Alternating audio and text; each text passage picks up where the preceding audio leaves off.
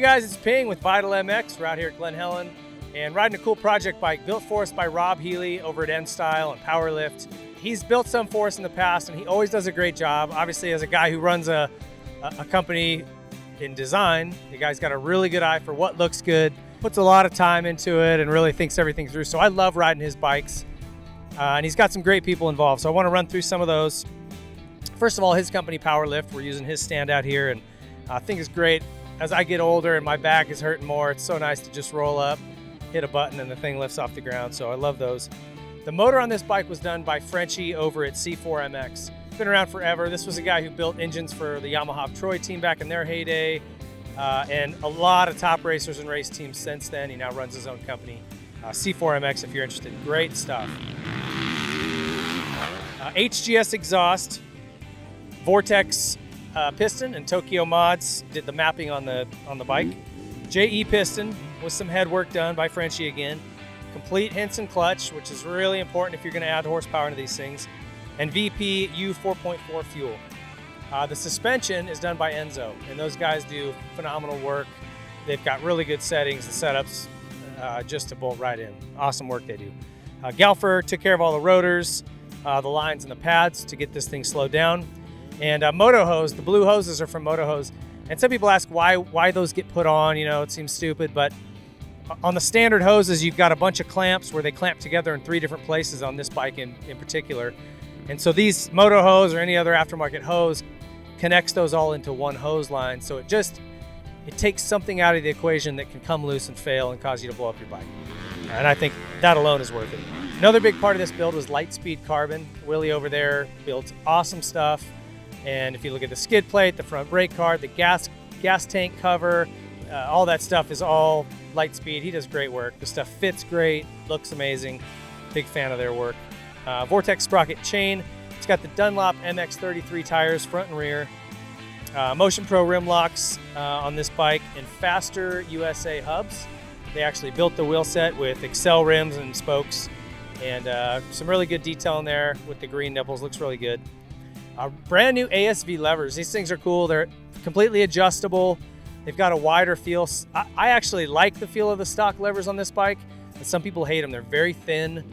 And so I think it just depends on what you prefer, like more of a fatter paddle feel or the skinny little stock ones. If you like something wider and those stock ones are bugging you, this is a great option. They're wide, they're super adjustable, and fully collapsible, so really hard to break. Really good product. And then titanium pro pegs on here. You can get those at Moto Stuff. And then of course, ODI grips. So amazing products on this machine. And what I found on the track was the engine work was subtle. You know, I love the way the Kawasaki feels on the track in stock trim. It's just a really usable, friendly power. It doesn't ever come on so strong that you're hanging on for dear life, but you're never going, man, I need more power. It's just a really nice delivery. I think Kawasaki greased that. It's just as far as how they delivered their power. And so the characteristic is the same. It's just a little bit more horsepower across the board. But still very rideable, very usable, very controllable.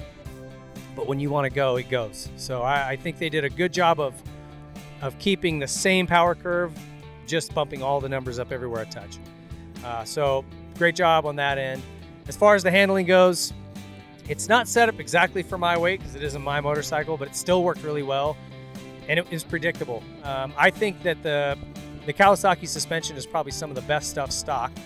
So it doesn't take a whole lot. In fact, I tell folks, try it stock first. If it feels soft in the front, depending on if you're over 200, go to stiffer fork springs.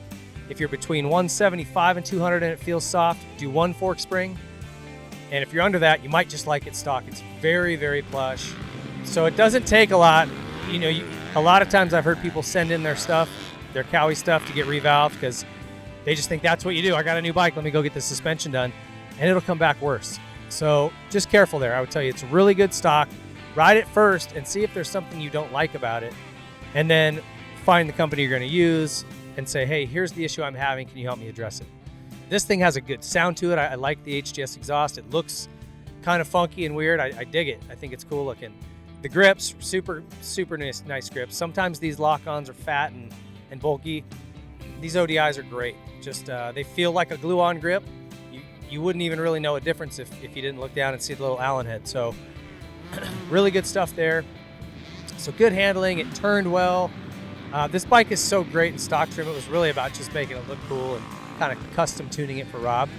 If you look at the graphics, one of the neat things, aside from the carbon, which I think looks rad, he added in a little bit of blue, like metal leafing, and some silver in there. You got to look close on the graphics, but those little details, he does a really good job with. If you remember back in the old Yamaha Troy days, how the Dragon head used to be like that holographic look, and in Stadium Lights, it was amazing. It looked so good.